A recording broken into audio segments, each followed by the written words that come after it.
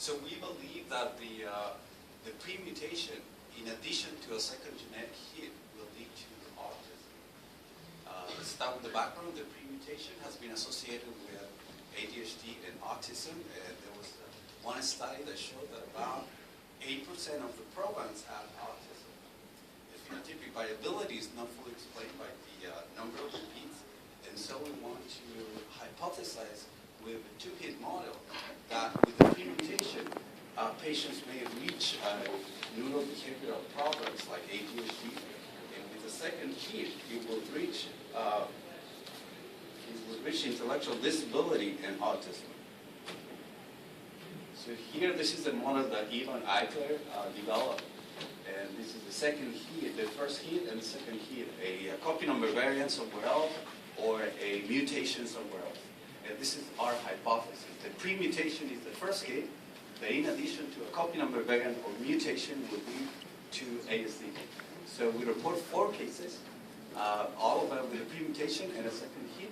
We did cognitive and molecular assessments. So this is the first case. So the father had anxiety, the mother, 48 repeats with anxiety as well, and the patient was 16 years old, IQ 54, with 55 repeats and deletion of 6q26. So this deletion disrupted the part 2 gene that is associated with Parkinson and also autism. So we believe that these 2 hits lead to the autism and the ADHD observed in this patient. Second case, the proband, 7-year-old, IQ of 81, with a lot of duplications, 3 duplications, 1 deletion, and a 73 repeat. These duplications were coming from the parents, and the mother had also anxiety.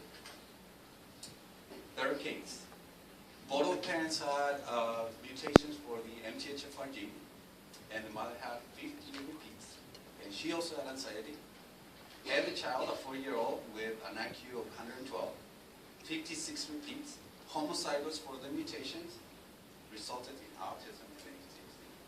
4 case, the father with ADHD, the mother, 74 repeats, anxiety, the son, 6-year-old, IQ 82, 79 repeats, and a duplication, the novel duplication on XP22.31. This is a controversial duplication for autism.